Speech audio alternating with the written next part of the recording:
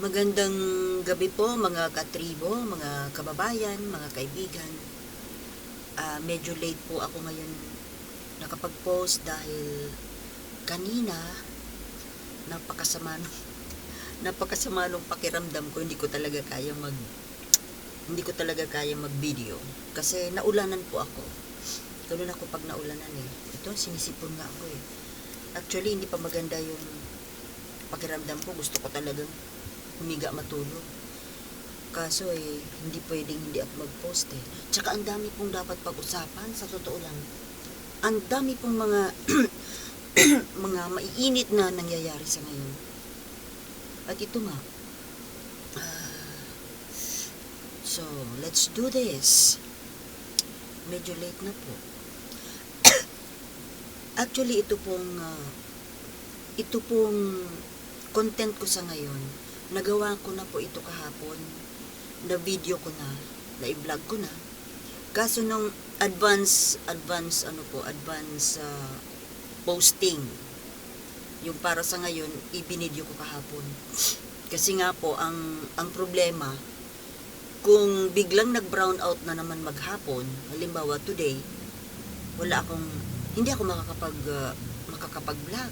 Kaya ginagawa ko, nag-advance vlogging ako, then ipinopost ko na advance. Kaso, yung ginawa ko kahapon, ay nilagyan ko po ng background music. Kasi gusto ko kasi na may background music. Kaso, hindi ko na i-post kasi may copyright. So, sayang. Tapos na sana yun. At saka maganda yung music.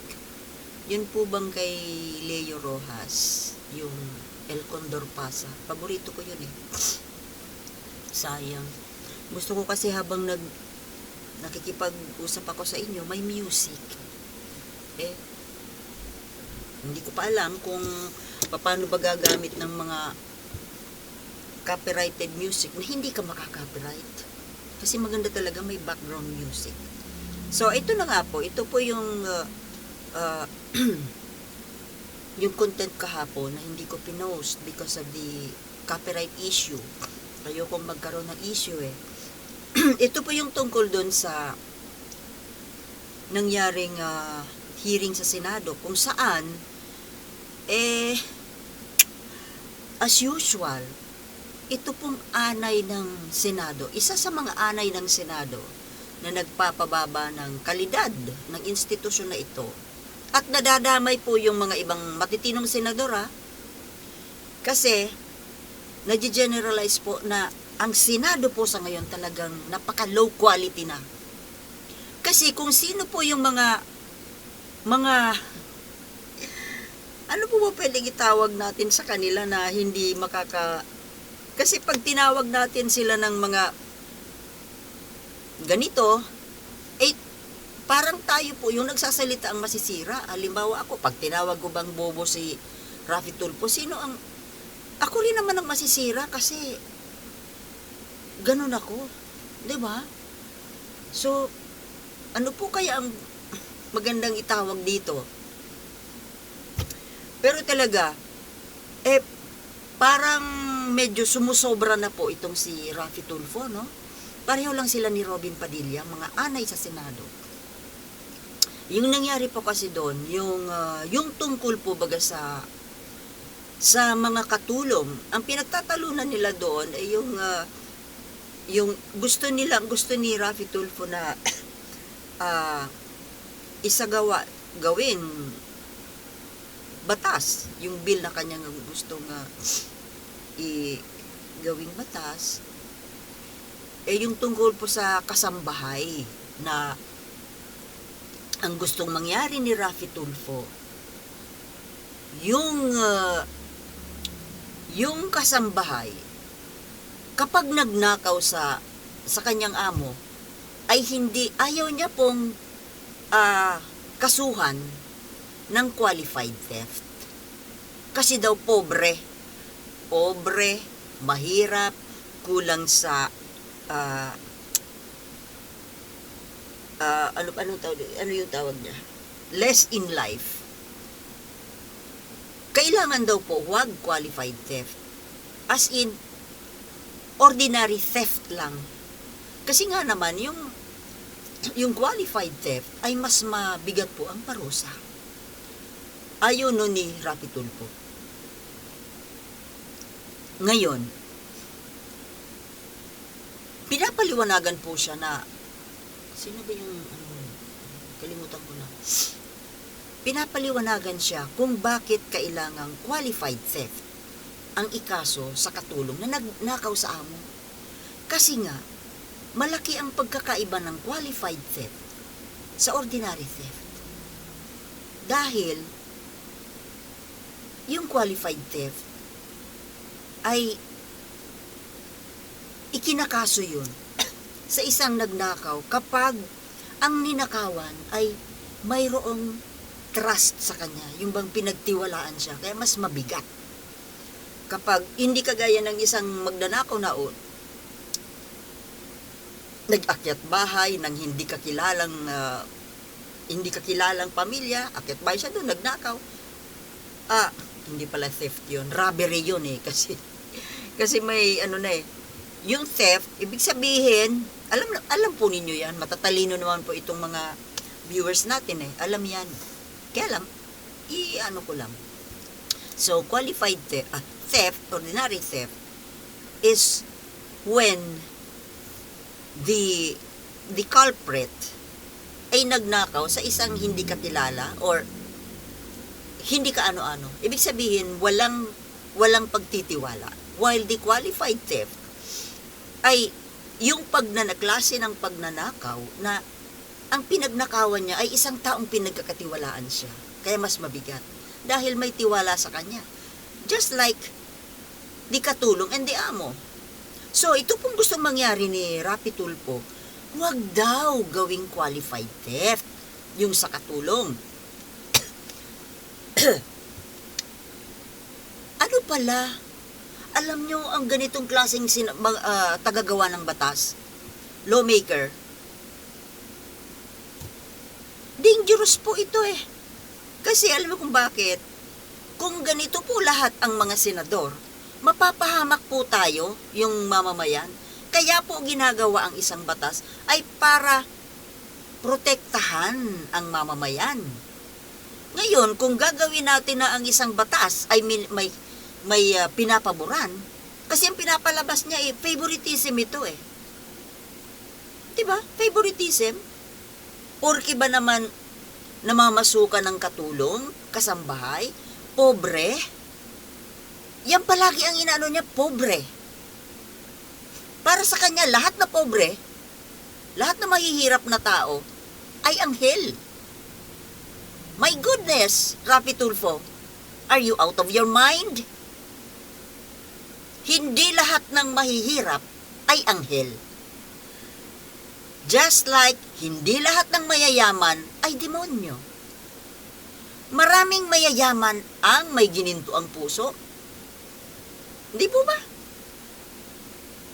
Yung handang tumulong sa kapwa, nagsishare ng kanilang blessings, at may mga katulong na, Diyos mio, ang pagpasok sa trabahong kasambahay ay para magnakaw. Di po ba very rampant po yan ngayon sa bansa natin? Not only in our country, but universal. Kasi character yun human nature.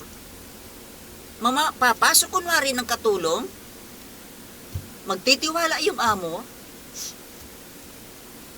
pagkatapos, in just a matter of a week, or even days, or may nangyari nga, in a matter of hours, nawala bigla ang katulong, pero may mga nakuha na. Diba?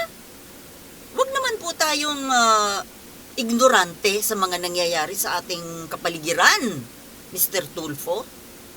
Swerte mo, kasi tinitingnan mo lang na yung mga katulong mo dyan sa inyo ay matitino. Alam ko, matitino ay mga katulong mo. You can afford. At saka, hello, Rapi Tulfo ba naman pag nanakawan mo? Alam mo kung saan ka pupulutin? Kapag ikaw nakatulong ng mga Tulfo family, ay nanakawan mo sila o gagawa ka ng kabalbalan. Di ba? Ganun lang yun. Sa amin nga, yung kapatid ko, napakabait sa katulong. Kung anong kinakain niya, yun din ang kinakain ng katulong. Ganun din po ako nung may katulong ako. Isinasabay ko pa yan sa lamesa. Kumain. Kasi I don't look at them as katulong, kundi kapamilya. Napakabigat po sa kalooban ko, saka itong sister ko, na tatratuhin na ibang tao yung kanyang katulong. Pero mayroon naman po akong balit, 3 kapatid naman na mga sosyal-sosyalin na iba rin naman ang tingin sa katulong. Medyo mababa. Ayaw isabay sa lamesa habang kumakain. Sinasaway nga kami. Bakit ninyo, ano ka? Sinasabay nyo sa pagkain ng katulong mo? Oo naman, bakit naman? Ako niya, hindi. Iba-iba po ang tao. Sa pamilya namin yon, pero totally magkaiba. Poles apart. Ngayon, ito pong si Ginoong Raffy Tulfo. Alam nyo, ewan ko kung a-agree kayo sa akin mga kababayan ha, ang ganitong klase pong tao hindi pwedeng maging mambabatas. He's a dangerous man. Kasi gusto niya at namimilit pa siya. Gusto niya, itong gusto niya kailangang ipasa. Kailangang maging batas ito. Itong gusto niya. Inilalaban niya talaga. Alam niyo kung bakit? Masyado siyang pro-poor. Samantalang, ewan ko kung totoo sa puso mo, Raffy Tulfo, ang pagiging pro-poor.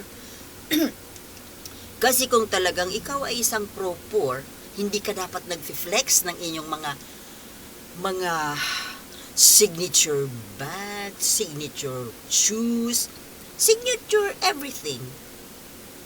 Pro-poor ba yun?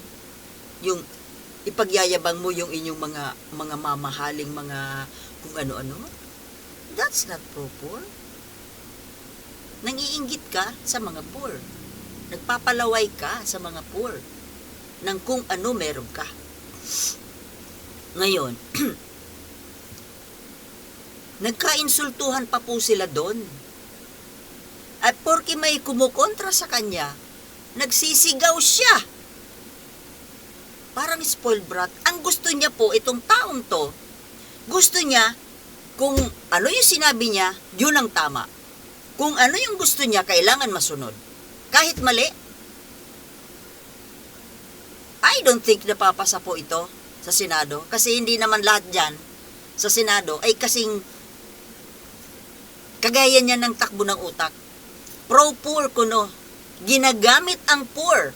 Ginagamit ang mahihirap. Ginagamit ang mga pobre. Para ano?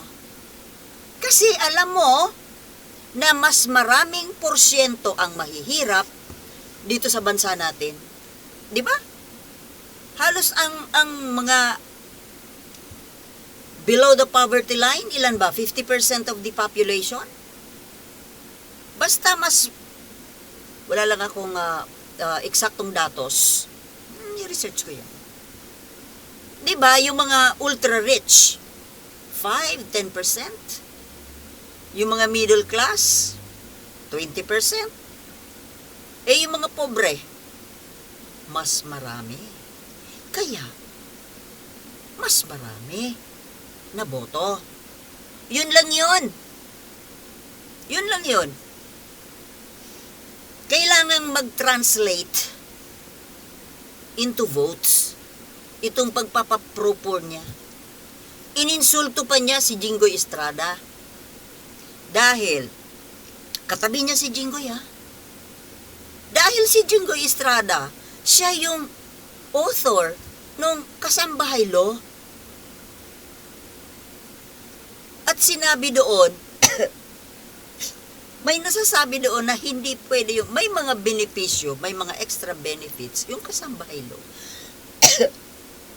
Pero hindi rin po pwede yung gustong mangyari ni Raffy Tulfo na huwag gawing qualified theft ang pagnanakaw ng isang katulong. So anong gustong mangyari ni Raffy Tulfo dito? Hayaan. Gusto niyang hayaan na maraming mga amo ang mabiktima ng mga magnanakaw na kasambahay. Dahil after all, ang gaan lang naman ng parusa dahil hindi qualified theft. Ewan ko ba kung saan namamasyal ang utak nito. Ang nababanggit lang niya po, mga salbahing amo. Doon siya nagfo-focus sa mga salbahing amo. Of course, there are salbahing amo. Alam natin yan. Just the same as there are mababait na amo, pero nakakatagpo ng mga barumbado na katulong. Magnanakaw, killer pa. Oh, ganun lang naman kasi ang tao, human nature nga eh. Hindi natin pwedeng i-generalize na lahat ng katulong ay kawawa at lahat ng amo mapang-api. Of course not. Mayroong mga pang-api na mga amo that was around decades ago. Nung masyado pa po kasing fresh in the minds of the Filipinos yung yung influensya ng Kastila. 'Di ba? Saan ba galing yung pagkakaroon ng mga katulong, mga muchacho-muchacha, chimoy-chimay, senyorito-senyorita. Marami ang mga mapang-aping amo noong araw. Kaso ngayon po, nagkaroon na tayo ng batas, naging sibilisado na tayo, medyo nabubura-bura na po yung influence. Spanish influence po yan eh. Kita mo yung mga nakaraang panahon, mga 2-3 decades ago, uso pa yung senyora, senyorita. 'Di ba? Pero ngayon napalitan na 'yon. Wala na ako naririnig ngayon na tumatawag ng senyora, senyora, senyorita, senyorito. 'Di ba puro ngayon sir, madam, ate, kuya? Nag-iba na po. At saka marami na yung ngayon na, kumbaga, unti-unti po kasing nabubura yung masamang impluensya ng Kastila. At ngayon, nagiging civilized na po yung mga Pilipino na marunong na nagpapakatao na po. At kung kailan po nagpapakatao yung mga amo, dito naman po lumalabas yung mga you know what I mean. At ito po ang gustong protektahan ni Raffy Tulfo. Ano po kayang mangyayari kapag naipasa ang isang batas na ganito, authored by Raffy Tulfo, na hindi pwedeng qualified theft ang nagnakaw na kasambahay? Isang napakalaking pagkakamali na naman po yan sa paggawa ng batas. Dahil ang mangyayari niyan, magiging uso yung pagnanakaw. Maraming mabibiktima na mga amo. Just like yung naging batas ni authored by Kiko Pangilinan. 'Di ba yung age of delinquency na itinaas yung age of yung paggawa ng crime? Was it 18? Hindi ko na matandaan. Babalikan ko yan. Napasadahan ko lang ngayon na pareho nun. Hanapin ko yun. 15 years old yata ang pwede ng kasuhan kapag ito ay nakagawa ng krimen especially murder. Samantalang, because of that law, the mistake of passing that law, 12 years old, below 15 years old, hindi po nakukulong. At ngayon, yung mga 12 years old, yung mga below 15 years old, yun ang ginagamit ng mga sindikato. Kasi hindi makakasuhan. Yun po ang ibig sabihin na ang batas ay nagkakamali din. Just like that. Ewan ko lang kung binago na ngayon, dapat lang pong baguhin. Kasi ang 12 years old ay may isip na yan. Kaya nang pumatay. Alam niya ang tama at mali. Below 15? Hindi naman yung bata na eh. So, kapareho po nito ng pareho po nitong gusto mangyari ni Tulfo, na kapag ito po ay sinunod ang gusto niyan, malaki na naman pong pagkakamali sa paggawa ng batas yan. Maraming mabibiktima na mga inosente, mababait na amo. Ininsulto pa niya si Jinggoy na siyang may author nung Kasambahay Law. Stupid law daw ang sabi niya. Stupid law. Yung Kasambahay Law. Katabi niya si Jinggoy Anong klase pong senador yan? Nambubuli ng kapwa senador. Alam niyo kung panunuorin niyo po siya dyan sa Senado habang naghihiring, talaga pong iinit, kukulo ang dugo niyo. Nakakakulo po siya ng dugo pag pinapanood. Napakayabang. Mabuli. Dati ang binubuli niya yung mga resource persons na kung tutuusin mas mataas ang pinag-aralan kaysa sa kanya. Ngayon, ang binubuli niya ay kapwa senador na. Sana naman po itong mga senador dyan ay medyo, wag naman ho kayong papayag na api-apihin kayo ng kapwa ninyo senador na kung tutuusin, bagito. Baguhan. First timer. Yung mga binubuli niya ay datihan naman dyan. Senior na. Ang yabang po. Ewan ko ba naman sa inyo dyan sa Senado, pati itong si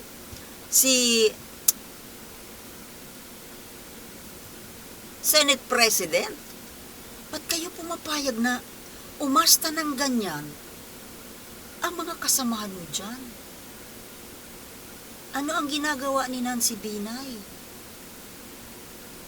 Yung chairman ng Ethics Committee? Di ba dapat disiplinahin niyo po ang mga kasamahan ninyo na gumagawa ng mga ganyan?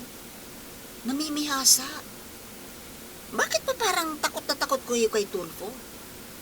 Parang saludong-saludong. Lahat na lang ng gusto niya pinagbibigyan. Kaya namimihasa po yung Raffy Tulfo na yan. Kasi takot. Takot sa kanya ang mga nandyan. Ay, Diyos ko. Use your heads. My goodness. Mas mataas ang pinag-aralan ninyo dyan kay Raffy Tulfo. Pero nagpapa-under kayo. Hindi ko sinabi na kayo ang, porque mas mataas ang pinag-aralan, may galing-galingan kayo. Sa totoo lang po, dahil po sa kakulangan ng kanyang kaalaman, nagiging delikado po siyang member ng Senado. Delikado. Mayroon po ng isang bagong pangyayari dyan about next next video na. Kasi medyo gabi na kailangan ko na i-post at saka po medyo hindi po okay ang pakiramdam ko. Sige pasensya na po na late at saka maraming salamat po sa panunood at magkita na lang po tayo sa susunod na vlog. Baka bukas na lang siguro. Maraming salamat po and